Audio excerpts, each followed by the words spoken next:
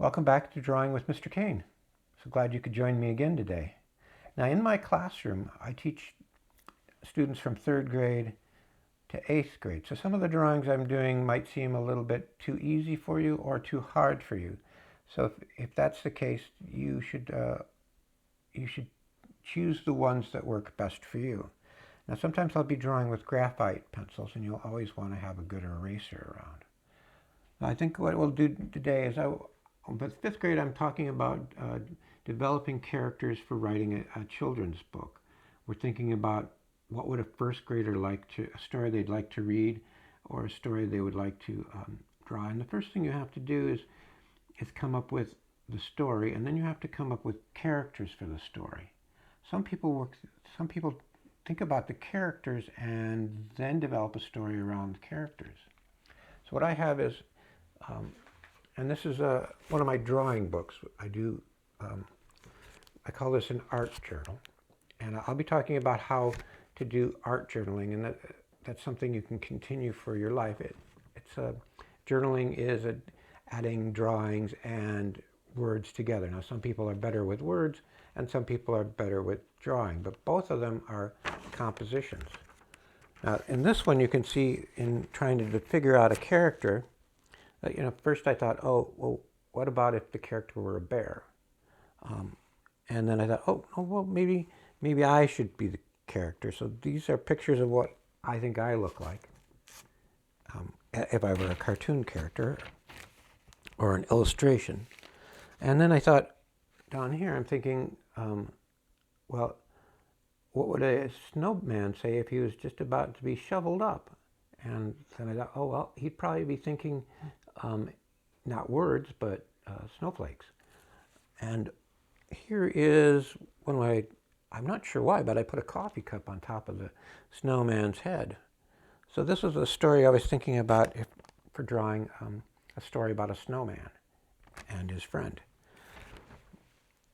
So in developing a character, you don't have to, you can see in the pictures that I drew, that didn't really look exactly like me. The nose was a little bigger, and the hair was pretty scraggly, like I normally am. So what we want to do is if you're drawing a character, you want to first remember the shape of the head is more of an egg shape, and you're sketching it in. So,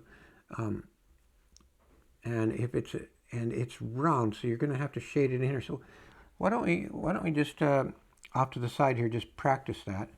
And what I want you to do is take and draw an acorn. Now, an acorn is round, and it's got this little tiny pointy edge here, and it's got like a cap on it. I don't know if you have ever gone for a walk and stepped on one, but this is the part where it hangs from the tree. This is kind of the shell, and this is where the seed is. So what we want to do is we want to just take and draw lines that go, they're kind of rounding around, see? I hope that's not too small for you to see. So, and it's going to be darker right up next to this cap, because that's the shadow area. And then I can fill in, I've kind of got the lines in there to make the feeling, and then I want to blend that down. Now you can also just easily with a graphite pencil smear the color together, and the cap is kind of got little tiny cup shapes on it.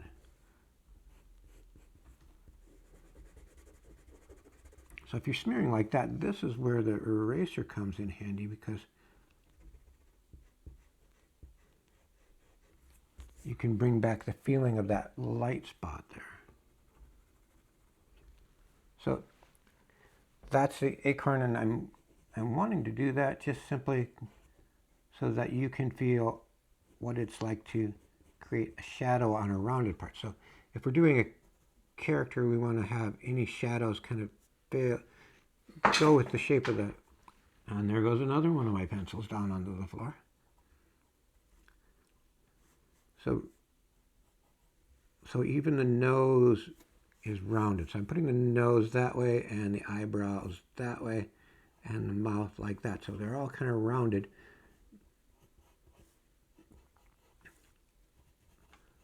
So any character you do it could be, this looks like an older man maybe, or if you wanted to do it as, if your character was, say, a bear, it would still kind of have a little bit of that feel to it, but your ears would be, instead on the sides, they would be on the top.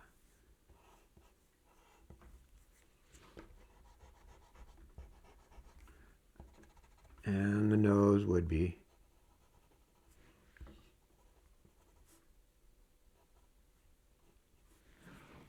So you can see when you're doing your sketching and you are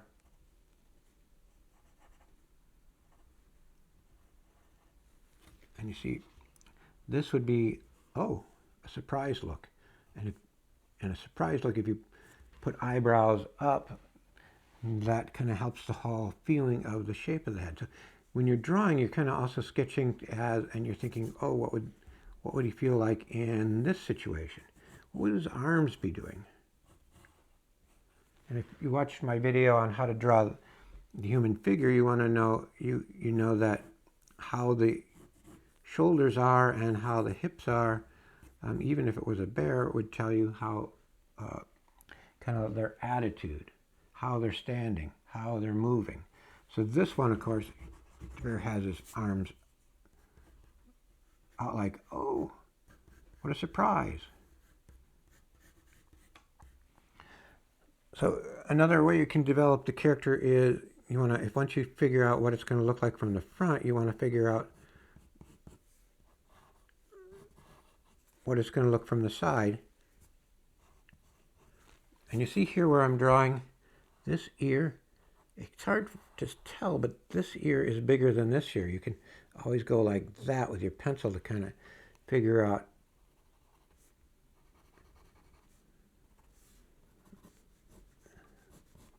the size.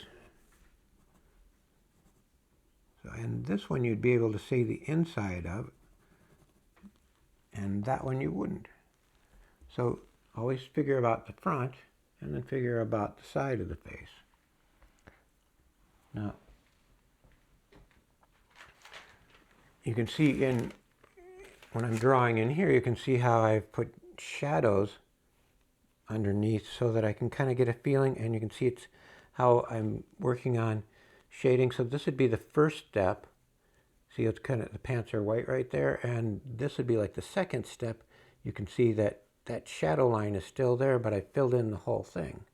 And you can see there's a little shadow there. So, and right here on the snowman, feel that shadow right there. And even on the nose, it's darker on one side than the other. So let's practice that with a snowman's nose.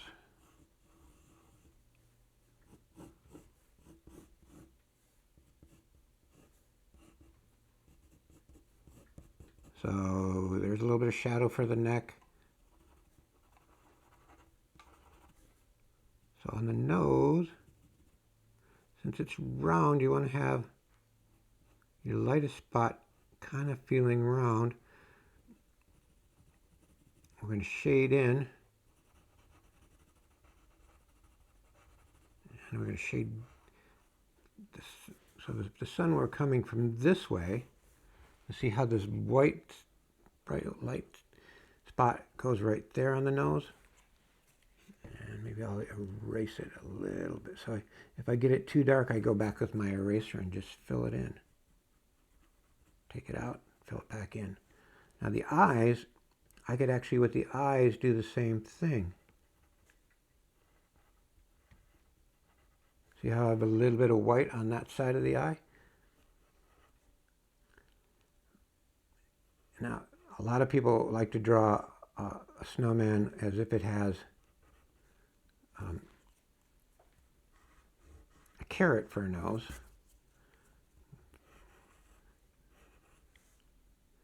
But we'll just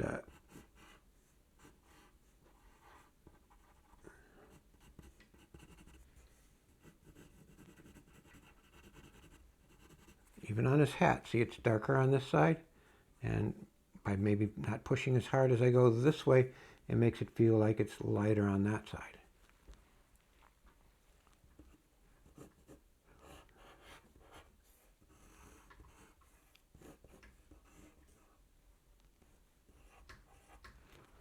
So practice that nose. You could just actually, if you wanted to, you could practice it as just a round circle. It's always going to be, if it's a ball on the tabletop, it's always going to be darker right next to the tabletop because not as much light can get in there. And it's always going to have the brightest spot facing wherever the light's coming from. So sometimes you can shade it just perfectly with your pressure pencil, and sometimes you want to blend it with either your finger or something else. But with the graphite, I always find it's good to have an eraser along with you. I think that's just a quick short lesson. So what you want to do is you want to first think of your story and then think of a character for your story, because it's easier to know what your type of character you have if you know what's going to happen in the story. One of my stories about a girl and her bicycle, and the way I drew her picture was I kind of got the picture in my head of somebody who would be surprised if they hit a bump and the bump caused their bike to go airborne and start flying. So I had to think about what would the girl's face look like when she bumped up into the air. So, and then when I got her face, then and all of a sudden I looked at it and I thought, oh, that's definitely a Lily. Of all the people that I know, that looks just like somebody named Lily. And that's how I came up with my character for that. So a lot of times when you're drawing, you start by having another piece of paper next to you to sketch it out, and then you move it to your finished drawing. Thank you.